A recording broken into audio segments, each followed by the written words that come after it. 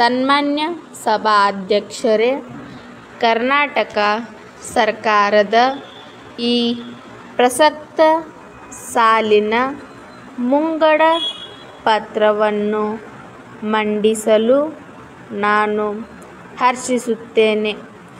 ರಾಜ್ಯದ ಜನತೆಯ ಆಶೀರ್ವಾದದಿಂದ ಸತತ 4 ಬಾರಿ ಮುಂಗಡ ಪತ್ರ ಮಂಡಿಸುವ ಅವಕಾಶ ನನಗೆ ದೊರೆತಿದೆ. ಈ ಅವಕಾಶವಿತ್ತ ಜನತೆಗೆ ನಾನು ಋಣಿಯಾಗಿದ್ದೇನೆ.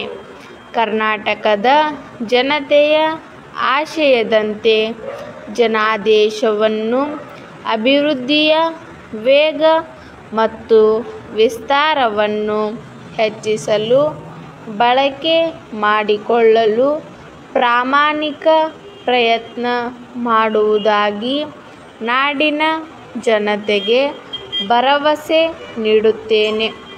ಮಹಾತ್ಮ ಗಾಂಧೀಜಿಯವರು ಅಮೃತ ಬಜಾರ್ ಪತ್ರಿಕೆಯ ತಮ್ಮ ಲೇಖನದಲ್ಲಿ ಸರ್ವರನ್ನು ಸಮಾನವಾಗಿ ಸಂಭಾವಿಸಿ ಎಲ್ಲರ ಅಭ್ಯುದಯಕ್ಕೆ ಶ್ರಮಿಸುವ ಸಂಕಲ್ಪ ತೊಡಲು ಹೇಳಿದ್ದು, ಈ ದಿಶೆಯಲ್ಲಿ ದಿಟ್ಟ ಹೆಜ್ಜೆಯನ್ನಿರಿಸಿದ್ದೇನೆ.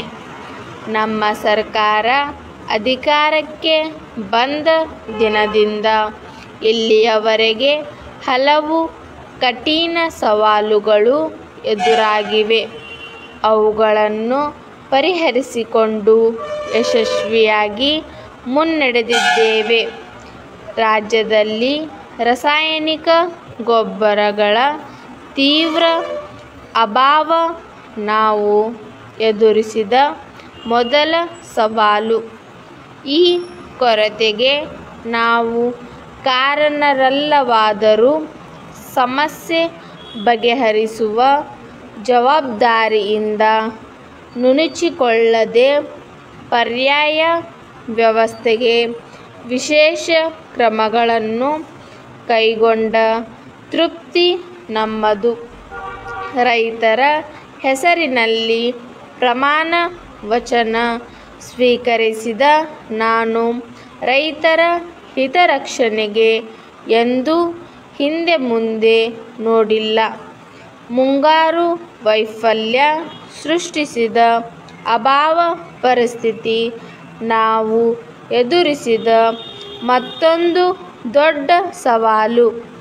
ಸೂಕ್ತ ಪರಿಹಾರ ಕಾಮಗಾರಿಗಳ ಮೂಲಕ ಈ ಸವಾಲಿಗೆ ಸಮರ್ಥ ಉತ್ತರ ಕಂಡುಕೊಂಡೆವು. ತಡವಾಗಿಯಾದರೂ ವರುಣದೇವ ಕೃಪೆ ತೋರಿದ್ದರಿಂದ ರೈತರು ಈ ವರ್ಷ ಸಮೃದ್ಧಿ ಎನ್ನದಿದ್ದರೂ ಸಾಧಾರಣವಾದ ಫಸಲನ್ನು ಬೆಳೆಯಲು ಸಾಧ್ಯವಾಗಿದೆ. ಪಶ್ಚಿಮ ಘಟ್ಟಗಳ ಪ್ರದೇಶಗಳಲ್ಲಿ ಮಳೆಯ ತೀವ್ರ ಕೊರತೆಯಿಂದಾಗಿ ಜಲಾಶಯಗಳಲ್ಲಿ ಸಾಕಷ್ಟು ನೀರು ಸಂಗ್ರಹವಾಗದೆ ಜಲ ವಿದ್ಯುತ್ ಉತ್ಪಾದನೆಯಲ್ಲಿ ತೀವ್ರ ಕೊರತೆ ಉಂಟಾಗಿದೆ. ಈ ಕೊರತೆಯನ್ನು ನೀಗಿಸಲು ರಾಜ್ಯ ಸರ್ಕಾರ ಹೊರ ರಾಜ್ಯಗಳಿಂದ ಮತ್ತು ಖಾಸಗಿ ಮೂಲಗಳಿಂದ ವಿದ್ಯುಚ್ಛಕ್ತಿ ಖರೀದಿಸುವ ಅನಿವಾರ್ಯ ಒತ್ತಡಕ್ಕೆ ಒಳಗಾಯಿತು. ಈ ಉದ್ದೇಶಕ್ಕೆ ಅಗತ್ಯ ಹೆಚ್ಚುವರಿ ಹಣಕಾಸನ್ನು ಒದಗಿಸಿಕೊಂಡು ವಿದ್ಯುತ್ ಸರಬರಾಜು ಏರುಪೇರಾಗದಂತೆ ನೋಡಿಕೊಳ್ಳಲಾಗಿದೆ. ಇಂತಹ ಸಮಸ್ಯೆಗಳ ನಡುವೆಯೂ ರಾಜ್ಯದ ಅಭಿವೃದ್ಧಿ ಯೋಜನೆಗಳಿಗೆ ಸಂಪನ್ಮೂಲದ ಕೊರತೆಯಾಗದಂತೆ ಎಚ್ಚರದಿಂದ ಕಾರ್ಯನಿರ್ವಹಿಸುವ ಮೂಲಕ ಸರ್ಕಾರ ಜನತೆಯ ವಿಶ್ವಾಸಕ್ಕೆ ಪಾತ್ರವಾಗಿದೆ ಎಂದು ಹೇಳಲು ಅಭಿಮಾನಪಡುತ್ತೇನೆ. ಪ್ರತಿ 100 ದಿನಗಳಿಗೊಮ್ಮೆ ಜನತೆಯ ಮುಂದೆ ಯೋಜನೆ ಮತ್ತು ಸಾಧನೆ ಬಗ್ಗೆ ವಿವರವಾದ ವರದಿಯನ್ನು ಮಂಡಿಸುವ ವಿಶಿಷ್ಟ ಪದ್ಧತಿಯನ್ನು ನಾವು ಪ್ರಾರಂಭಿಸಿದ್ದೇವೆ. 2ನೇ ಶನಿವಾರ ಹೊರತುಪಡಿಸಿ ಪ್ರತಿ ಶನಿವಾರದಂದು ಹೋಬಳಿ ಮಟ್ಟದಲ್ಲಿ ಜನಸ್ಪಂದನ ಕಾರ್ಯಕ್ರಮ ಆಯೋಜಿಸುವ ಮೂಲಕ ಆಡಳಿತ ಯಂತ್ರವನ್ನು ಜನರ ಮನೆ ಬಾಗಿಲಿಗೆ ಕೊಂಡೊಯ್ದು ಸಮಸ್ಯೆಗಳ ನಿವಾರಣೆಗೆ ಸ್ಪಂದಿಸಿದ್ದೇವೆ. ಈ ಕಾರ್ಯಕ್ರಮವನ್ನು ಮತ್ತಷ್ಟು ಬಲಪಡಿಸಲು ನಾವು ಬದ್ಧರಾಗಿದ್ದೇವೆ.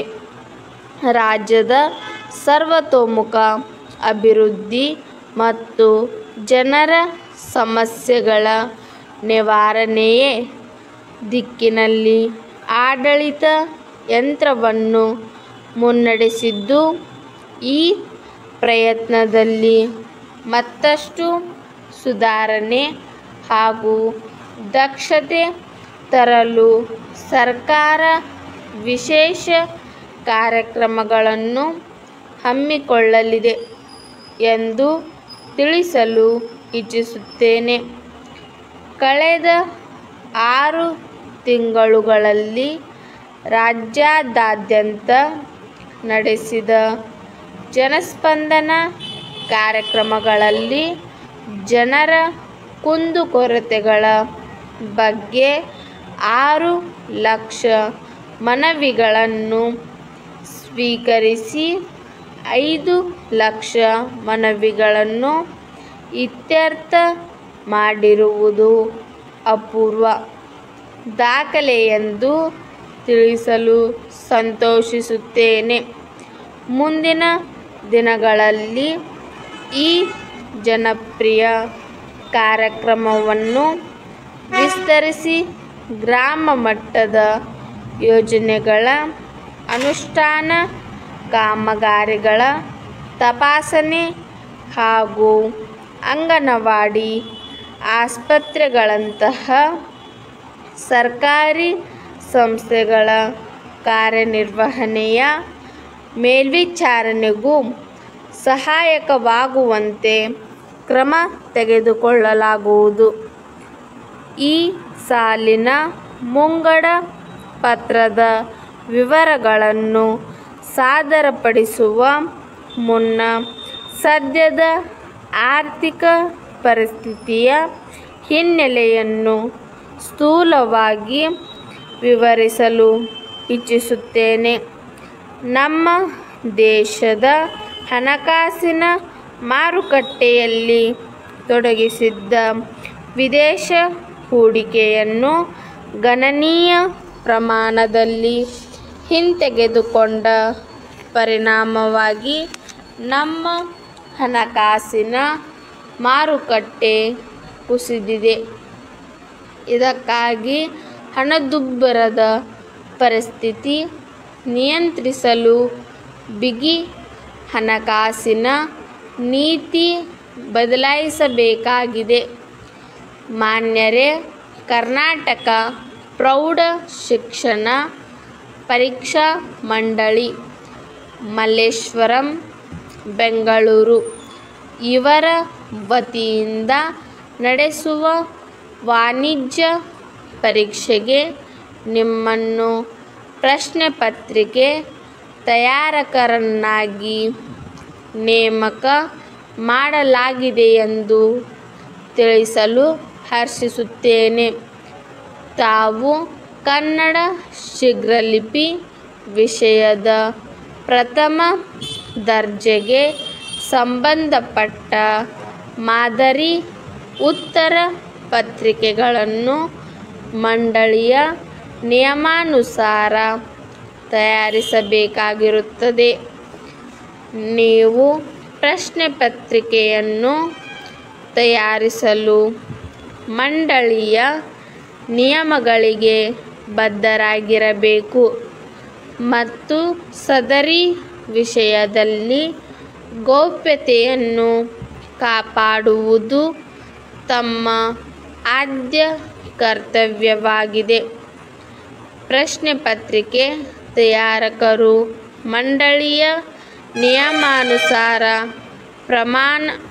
ಪ್ರಯಾಣ ಭತ್ಯೆ ಮತ್ತು ಇತರೆ ಭತ್ಯೆಗಳಿಗೆ ಅರ್ಹರಾಗಿರುತ್ತಾರೆ ಹಾಗೂ ಅವರು ಕಡ್ಡಾಯವಾಗಿ ಮಂಡಳಿಯು ನಡೆಸುವ ಪ್ರಶ್ನೆ ಪತ್ರಿಕೆ ತಯಾರಕರ ಸಭೆಗಳಿಗೆ ಹಾಜರಾಗಿ ಕಡ್ಡಾಯವಾಗಿ ಸ್ಥಳದಲ್ಲಿಯೇ ಪ್ರಶ್ನೆ ಪತ್ರಿಕೆಗಳನ್ನು ಸಿದ್ಧಪಡಿಸಬೇಕಾಗಿರುತ್ತದೆ.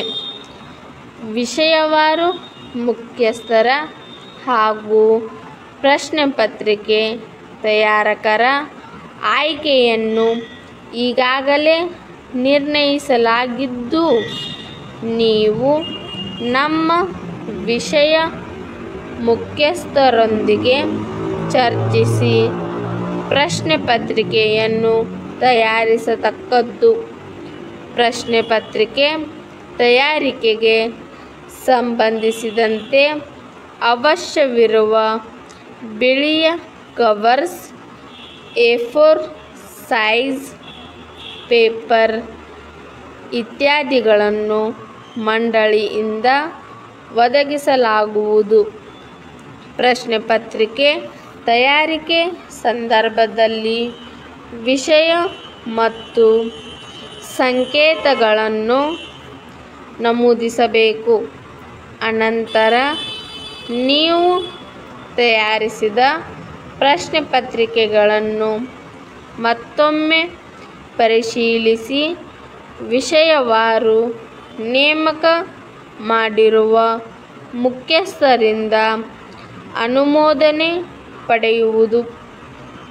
ಅನುಮೋದನೆ ನಂತರ ಸಭೆಯಲ್ಲಿ ಸೂಚಿಸಿದ ಸಂಖ್ಯೆ ಸೆಟ್ಗಳ ಪ್ರಶ್ನೆ ಪತ್ರಿಕೆ ಹಾಗೂ ಮಾದರಿ ಉತ್ತರ ಪತ್ರಿಕೆಗಳನ್ನು ನಿರ್ದೇಶಕರು ಇತರ ಪರೀಕ್ಷೆಗಳು ರವರಿಗೆ ಪರಿಶೀಲನೆಗಾಗಿ ಒಪ್ಪಿಸುವುದು. ತಮ್ಮ ನಂಬುಗೆಯ ನಿರ್ದೇಶಕರು